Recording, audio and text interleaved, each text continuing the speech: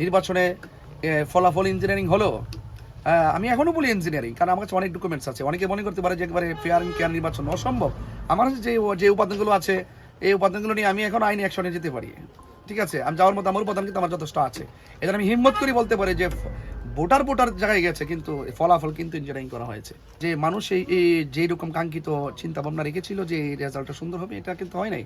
যেহেতু মানুষের ভাত ভাঙ্গা জোয়ারকে ভেঙে দেওয়া হয়েছে, সেই মানুষ আবার এই রাজপথে দাঁড়িয়ে তাদের অধিকার ইনশাল্লাহ ভালোবাসার ভিত্তিতে আদায় করবে। আসসালামু আলাইকুম রহমতুল্লাহ বরকাত। প্রথমে ধন্যবাদ জানাই যারা আসন্ন বিগত ত্রয়োদশ জাতীয় সংসদ নির্বাচন হবিগঞ্জ 4 চোনারঘাট মাধবপুরে তারা নিরলসভাবে নিঃস্বার্থভাবে মোমবাতি প্রতীকে নির্বাচন করেছেন। নিঃস্বার্থ ভালোবাসার প্রতিদান হয়তো আমি দিতে পারবো না, কিন্তু তাদের প্রতি কৃতজ্ঞতা জ্ঞাপন ছাড়া আর কিছু নেই। এখানে এই অল্প সময়ের ব্যবধানে তারা নিরঙ্কুশ প্রচেষ্টার মাধ্যমে যেভাবে নির্বাচনটি উপহার দিয়েছেন, তা শুধুমাত্র এই চোনারঘাট এবং মাধবপুরকে আলোকিত করে নাই, সারা বাংলাদেশের দৃষ্টি ছিল চোনারঘাট মাধবপুরের দিকে। তো আপনারা জানেন যে নির্বাচন সম্পন্ন হয়েছে। সকাল থেকে বিকাল পর্যন্ত ভোট সুষ্ঠুভাবে তারা ভোট প্রদান করেছে এবং অনেক জায়গায় অপ্রীতিকর ঘটনা ঘটেছে, বিভিন্ন ধরনের সমস্যা হয়েছে, এগুলো আমরা অবগত করিয়েছি। বাট আপনারা জানেন যে ভোটের কোনো সমস্যা হয় নাই, তবে রেজাল্টে ইঞ্জিনিয়ারিং হয়েছে। যে জন্য আমরা সারা বাংলাদেশের যে এই চোনারঘাট মাধবপুর আমাদের মোমবাতি প্রতীকের বিজয়ের যে সম্ভাবনা তারা দেখেছিলেন, সেই সম্ভাবনাকে চোখের পলকেই ভোট নয়, ভোট গ্রহণ নয়, রেজাল্ট ফলাফলকেই ইঞ্জিনিয়ারিং করা হয়েছে। আমাকে ঠকানো হয়েছে, মানুষের কাঙ্ক্ষিত স্বপ্নকে ভেঙে দেওয়া হয়েছে, তাই সেটা আমি আশা করি। নির্বাচন পরবর্তীতে যে রব্বানি ভাই, ঠিক আছে ইনশাল্লাহ দেখা হবে। তো নির্বাচন পরবর্তীতে আপনারা জানেন যে আমি একাধিক সবার সাথে মোটামুটি যোগাযোগ করে অব্যাহত রেখেছি এবং কয়েকটি ইফতার মাহফিলে আমি অংশগ্রহণ করেছি। আমাদের নির্বাচনী এলাকার মাধবপুর চোনারঘাটে অনেক মানুষ দুনিয়া থেকে চলে গিয়েছিল, তাদেরকে দেখার জন্য আমি এসেছি। সেই ধারাবাহিকতায় আজকে আমি এই মুহূর্তে চোনারঘাটেতে আছি। আপনারা তো আমার সাথে ছিলেন। তো পরিকল্পনা বলতে আজকের যে এসেছি, এটা একটা পরিকল্পনা আমরা অংশ শেষ করেছি। যেমন আমি গত কয়েকদিন আমি বিভিন্ন সেন্টারে আমি ইফতার আয়োজন করেছি, আর বিশেষ করে কয়েকটা ইউনিয়নেও আমরা গিয়েছি। আজকে আমরা যেটা করেছি এটা একটু ব্যতিক্রম। আমরা চোনারঘাটের যে ইউনিয়নগুলোর মধ্যে যারা দায়িত্বশীল ব্যক্তি আছেন এবং যারা নির্বাচনে অক্লান্ত পরিশ্রম করেছেন, দায়িত্বশীল ভূমিকা রেখেছেন, তাদেরকে নিয়ে আজকে আমরা মুসলিম হলে অনেক লোকের আগমনে উপস্থিতির মাধ্যমে আমরা কিন্তু ইফতার মাহফিলটি করেছি। যে ইফতার মাহফিলটা আসলে নির্বাচন পরবর্তীর অংশ এবং রমজানের তাৎপর্য নিয়ে আজকে আলোচনা করা হয়েছে, আগামীর পরিকল্পনা নিয়ে আলোচনা করা হয়েছে। আগামী দিনে আমরা এই চোনারঘাট মাধবপুর উপজেলা থেকে শুরু করে পৌরসভা থেকে ইউনিয়ন থেকে ওয়ার্ড পর্যন্ত আমরা কীভাবে নির্বাচনে অংশগ্রহণ করবো, আমাদের প্রার্থী কে হবে, কীভাবে আমরা প্রার্থীকে সিলেক্ট করতে পারি, সেই বিষয়ে আংশিক আলোচনা হয়েছে। আমরা আশা করতেছি ঈদ সম্পন্ন হওয়ার পরে ঈদ পুনর্মিলনী হিসাবে আমরা অবশ্যই অতি শীঘ্রই প্রত্যেকটা ইউনিয়ন, ওয়ার্ড, পৌরসভা, উপজেলা পর্যন্ত আমরা প্রত্যেকটা জায়গায় আমরা আমাদের পক্ষ থেকে প্রার্থী দেওয়ার চেষ্টা করব।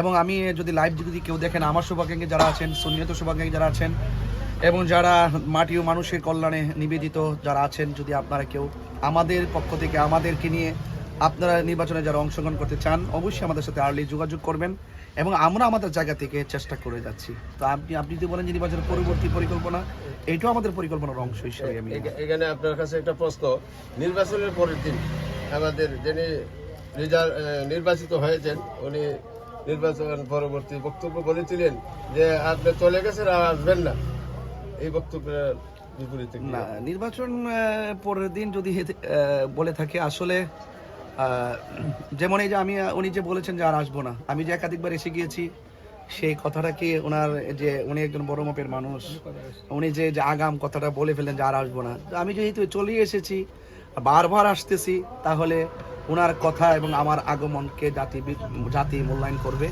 হ্যাঁ, তবে এতটুকু বলতে পারি, চোনারঘাট মাধবপুর নতুন নয়, আমি 22 বছর ধরে এখানে আসা যাওয়া করি এবং পাশাপাশি এই সূত্র ধরে চোনারঘাট মাধবপুরবাসী নিরলসভাবে যে সমর্থন আর ভালোবাসা দিয়েছেন, সেই ভালোবাসাটুকু আমাদের জন্য শক্তি হয়ে ইনশাআল্লাহ আগামীতে কাজ করবে। আপনার অনেকে ভাবনা, সাধারণ জনগণের ভাবনা যে আপনি এমপি নির্বাচিত হবেন বলে অনেকে মন্তব্য করে, এই ব্যাপারে আপনি ভবিষ্যতে আপনি কি অবকাঠামো সরকারি উন্নয়ন নাই, ঠিক আপনার ব্যক্তিগত অভিজ্ঞতা কালভার্ট, ছোট ছোট কালভার্ট বা বিভিন্ন কিছু মসজিদ, এইগুলির ব্যাপারে আপনি কি আশ্বাস মানুষ দেখেন, যদি আমি একটু পিছনে যাই, আপনারা জানেন যে আমি শুধু এমপি নির্বাচন করেছি এই মর্মে যে মানবতার কাজ করতে হবে, অথবা আগামী নির্বাচন করবো এই জন্য মানবতার কাজ করে মানুষের ম্যান্ডেট নেব, মানুষের কাছে খুব সাধু সাজবো, আমি এই জন্য আসলে কখনোই কাজ করি না। আমি নির্বাচনে আসার আগে কিন্তু আর্থ মানবতার সেবা কাজ করে আসছি, যেখানে তখন রাজনৈতিক ফায়দা ছিল না, রাজনৈতিক উদ্দেশ্য ছিল না। আমি মানবিক কাজ সবসময় করে আসছি, বন্যা থেকে শুরু করে মানুষের অবকাঠামো উন্নয়ন থেকে শুরু করে। আমি কিন্তু আপনি যদি দেখেন যে আমার এলাকাতেও যদি যান, দেখবেন যে আমি মানবিক কাজগুলো আমি কিন্তু করার চেষ্টা করি। তো সেই জন্য থেকে করোনা থেকে শুরু করে মানুষের বন্যা কবলিত এলাকা থেকে শুরু করে মানুষের যে সামাজিক যে আর্থসামাজিক যে উন্নয়নগুলো আছে, এগুলো আমি আগেও করে আসছি। তো সেই জন্য আমি ধারাবাহিকভাবে, যেমন আজকে আপনি আসছিলেন, আজকে আপনার সামনে আমি তো এগুলো বলি না, আমি যে আজকে আমাদের একজন যেমন কালেঙ্গা, যার নাম আমরা না বলি কারণ হয়তো বা দরকার নাই, এই যে আপনার সামনে আসছিল, আমি কি তাকে এমনিতে বিদায় করেছি? বিমুখ করি না। এই যে দেখেন, আমি মোটামুটি ভালো একটা অংশ কিন্তু আমি তাদের পাশে থাকার চেষ্টা করেছি, আমার যতটুকু কাছে আমি চেষ্টা করেছি। সুতরাং মানবতার কাজ করা মানুষের বাহবা পাওয়ার জন্য নয়, আমি আল্লাহ এবং রাসূলের সন্তুষ্টির জন্য কাজ করে যাব, এটাই আমার প্রতিজ্ঞা। আমি মানুষের যে এখন বললো যে একটা মসজিদে নাকি একটু পানি পড়ে, আমি শোনার পরে খুব খারাপ লাগছে। মাটির মসজিদ আমাকে বলছে, তখন উনি বলছে যে দিলে মানুষই খুব ভালো বলবে। আমি তখন সাথে সাথে তাকে বলছি যে আমি মানুষের ভালো হওয়ার জন্য, মানুষের কাছে ভালো সাজার জন্য আমি মসজিদে কাজ করব না, আমি আল্লাহর কাছে ভালো হওয়ার জন্য আমি কাজ করব। সেই জন্য এটা আমার নৈতিক দায়িত্ব, এটা সওয়াবের কাজ। সেই জন্য মানবতার কাজ অনেকে আছে ফেসবুকে দেওয়া, অনেকে আছে যে একবারে বাহাবা পাওয়ার জন্য কাজ করে। ভাই, এটা শুধু আমার দায়িত্ব না, আপনি মানুষের পক্ষে কাজ করেন, আমি মানুষের পক্ষে কাজ করি। আল্লাহর কাছে ভালো থাকারই সবচেয়ে বড় জিনিস। ইনশাল্লাহ আমি যতদিন বেঁচে থাকি, মাধবপুর সোনারঘাট মানুষ যে নিঃস্বার্থ ভালোবাসা দিয়েছেন, এই মানুষগুলো আমার কাছ থেকে অনেক কিছু পাওয়ার অধিকার রাখে, তারা আমার কাছে অনেক কিছু বলার অধিকার রাখে। তারা আমি তাদের না চাহিতে তাদের ঘরে গিয়ে তাদের খোঁজ খবর নেওয়া আমার নৈতিক দায়িত্ববোধের জায়গা হয়ে পড়েছে। এই জন্য আমি বারবার কিন্তু আমি সোনারঘাট কিন্তু এই রমজানে কয়েকবারই চলে এসেছি। তো ইনশাল্লাহ এই ধারাবাহিকতা অব্যাহত থাকবে। আর মাধবপুর সোনারঘাটবাসী আপনারা সবাই ভালো থাকবেন, এবং আমাদের জন্য আমার পাশে যে ছিলেন আপনারা এভাবেই, যখন আমাদের পৌরসভা থেকে শুরু করে উপজেলা থেকে শুরু করে ওয়ার্ড পর্যন্ত আমরা যে প্রার্থীগুলো সিলেক্ট করব, আপনারা এইভাবে আপনারা পাশে থাকবেন, তাহলে আপনাদের কাঙ্ক্ষিত স্বপ্ন ইনশাআল্লাহ আগামীতে কেউ আটকে রাখতে পারবে না। অনেকে বলছিল যে পাশ করলে তাহিরিকে আর খুঁজে পাওয়া যাবে না, কিন্তু আপনি পরাজিত হওয়ার পরও বারবার আসতেছেন এই সোনারঘাট মাধবপুরে। না, এটাই তো মানুষের তাদের যে কথা ধারণা করে, যে ধারণা প্রসূত হয়ে যে কথাগুলো মানুষের সামনে তুলে ধরেছেন, তাদের ধারণা প্রসূত কথাগুলো কিন্তু আমার ভালোবাসা, আন্তরিকতা আর উপস্থিতির মাধ্যমে কিন্তু আমি ভেঙে দিয়েছি। তো সেই জন্য কারোর বিরুদ্ধে আগাম বিভ্রান্তিকর কথা না বলে, হ্যাঁ, ভালো কথা বলুন, মানুষ আপনাকে মূল্যায়ন করবে। আর সোনারঘাট এটা আমার খুব নতুন কিছু নয়, এখানে আমি সবসময় আসি, ইনশাল্লাহ আমি আসবো, এবং আমি তাদেরকে ভালোবাসি, তারাও আমাকে ভালোবাসেন, সেই ভালোবাসা অব্যাহত থাকবে। হেরে যাবে অনেকের হিংসা, কিন্তু আমি আশা করছি জিতে যাবে আমাদের ভালোবাসা এবং মানুষের যে স্বতঃস্ফূর্ত। আমি নির্বাচনে ফলাফল ইঞ্জিনিয়ারিং হলো, আমি এখনো বলি ইঞ্জিনিয়ারিং, কারণ আমার কাছে অনেক ডকুমেন্টস আছে। অনেকে মনে করতে পারে যে একবারে ফেয়ার অ্যান্ড কেয়ার নির্বাচন অসম্ভব। আমার কাছে যে উপাদানগুলো আছে, এই উপাদানগুলো নিয়ে আমি এখন আইনি অ্যাকশনে যেতে পারি। ঠিক আছে, আমি যাওয়ার মতো আমার উপাদান কিন্তু আমার যথেষ্ট আছে। এদের আমি হিম্মত করে বলতে পারি যে ভোটার জায়গায় গেছে, কিন্তু ফলাফল কিন্তু ইঞ্জিনিয়ারিং করা হয়েছে।